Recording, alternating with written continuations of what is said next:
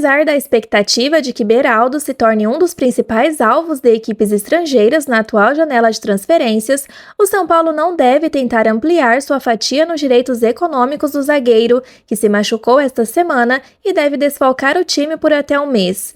O clube do Morumbi detém hoje 60% dos direitos, sendo o restante dividido entre Beraldo, 20%, e o 15% de Piracicaba, 20%, onde o garoto começou. Seria justamente a porcentagem do time do interior que o tricolor tentaria abocanhar para ampliar seu lucro numa possível venda, mas a diretoria entende que não tem condições para isso no momento.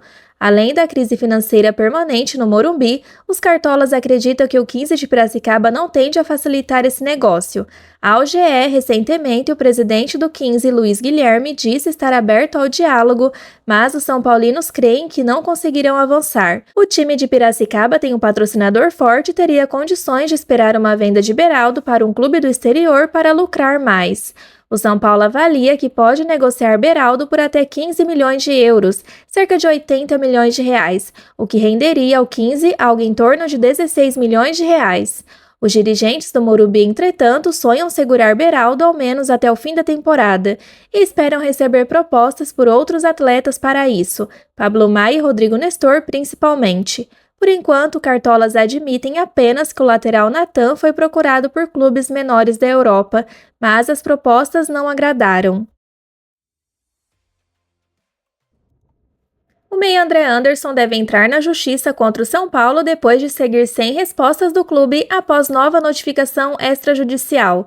Na última semana, o jogador enviou um comunicado para informar o tricolor sobre a liberação da Lazio para extensão do contrato de empréstimo até o fim de junho de 2024.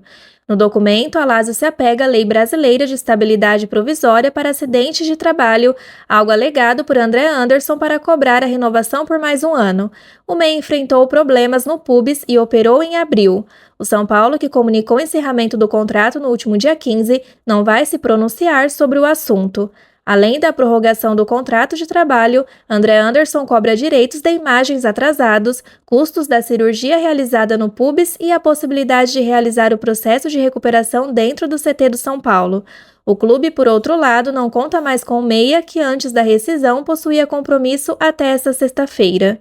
O jogador de 23 anos, personagem de uma reportagem especial do GE no mês de março, tem contrato com a Lazio. O último jogo dele pelo São Paulo ocorreu em novembro do ano passado. O comunicado de rescisão do contrato de André Anderson iniciou o planejamento de ajuste de elenco da diretoria são paulina para a janela de transferências, que irá abrir na próxima segunda-feira. O clube procura um atacante de velocidade e um meia. Na mesa, a conversa por Eric, do Ceará, e pelo meia uruguaio Zalazar.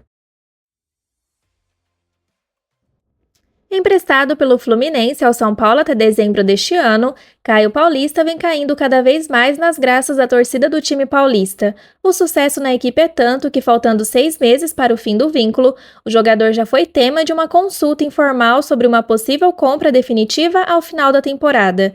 Caio Paulista foi emprestado pelo Fluminense ao São Paulo com passe fixado em cerca de 20 milhões de reais por 80% dos direitos econômicos, sendo que o Fluminense tem direito a 50%, os outros 50% são da Tombense. O GE apurou que um dos objetivos da consulta era saber do interesse na venda do jogador e uma tentativa de renegociar os valores para uma possível negociação. Caio Paulista foi comprado pelo Fluminense em setembro de 2021. O clube adquiriu 50% de seus direitos econômicos junto à Tombense por 1,5 milhão de dólares, cerca de 7,9 milhões de reais na cotação da época, valor parcelado durante 3 anos. Ao todo, Caio Paulista tem 27 jogos, 3 gols e 2 assistências nesta temporada. Titular no São Paulo, ele não reencontrará o Fluminense neste sábado em jogo às 16 horas de Brasília, em jogo da 12ª rodada do Campeonato Brasileiro no Morumbi. Emprestado pelo tricolor carioca ao paulista, Caio só poderia atuar no fim de semana se a diretoria do clube do Morumbi pagar uma multa de aproximadamente 1 milhão. O valor está estipulado no acordo de empréstimo do jogador, que se tornou titular da lateral esquerda São Paulina com a lesão de Wellington e está cotado para seguir na posição mesmo com o retorno do concorrente. Pelo Fluminense, Caio Paulista fez 126 jogos, 9 gols e 7 assistências, mas só virou lateral esquerdo no ano passado sob o comando de Fernando Diniz. Porém, o jogador era alvo de críticas da torcida e o clube viu com bons olhos um empréstimo para ele respirar novos ares. Seu contrato nas Laranjeiras vai até setembro de 2026. O elenco do São Paulo ganhará um reforço no treinamento da próxima segunda-feira. O defensor João Moreira, que está em transição física após realizar cirurgia no joelho esquerdo em novembro de 2022, voltará a realizar os trabalhos junto com o restante do grupo. O jogador luso-brasileiro, que sente poucas dores no local operado, entretanto ainda não tem data para retorno. Ele não atua desde o dia 27 de outubro do ano passado, quando foi titular na vitória tricolor sobre o Atlético Goianiense pela 34ª rodada do Brasileirão. A lesão do atleta de 19 anos aconteceu durante um treinamento do São Paulo. Na ocasião, dia 29 de outubro de 2022, ele rompeu o ligamento cruzado anterior do joelho esquerdo. Promovido ao time profissional do tricolor após a disputa da Copinha, Moreira disputou 11 partidas na temporada passada entre Paulistão, Copa do Brasil, Brasileirão e Copa Sul-Americana.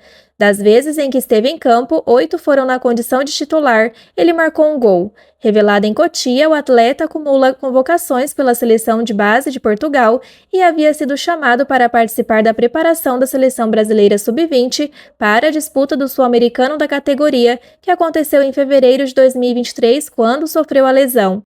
Para a posição de lateral direito no momento, São Paulo tem à disposição Rafinha, Raí Ramos e Natan, os últimos dois contratado e pedido de volta, respectivamente, para suprir a carência que o setor sofria no início deste ano, com as ausências de Moreira e Igor Vinícius, também fora por questão física. As famílias dos jogadores e funcionários do São Paulo acompanharam o treino na tarde de ontem, dia 29, e a ideia partiu da comissão técnica de Dorival Júnior. Os familiares acompanharam a atividade pela quarta vez desde a chegada de Dorival Júnior. O convite partiu do técnico com aval da diretoria. A intenção é aumentar o entrosamento do grupo também fora de campo. A prática é comum nos trabalhos de Dorival. Os relatos são de um ambiente extremamente leve nesses dias, reforçando a ideia de fortalecer laços do treinador. O fará na próxima quarta-feira, dia 5, o sorteio das oitavas de final das Copas Libertadores e Sul-Americana 2023. O evento deve começar às 13 horas. Antes das oitavas de final, a Sul-Americana contará com play-off que colocará frente a frente os terceiros colocados da fase de grupos da Libertadores contra os segundos colocados de cada grupo da Sul-Americana.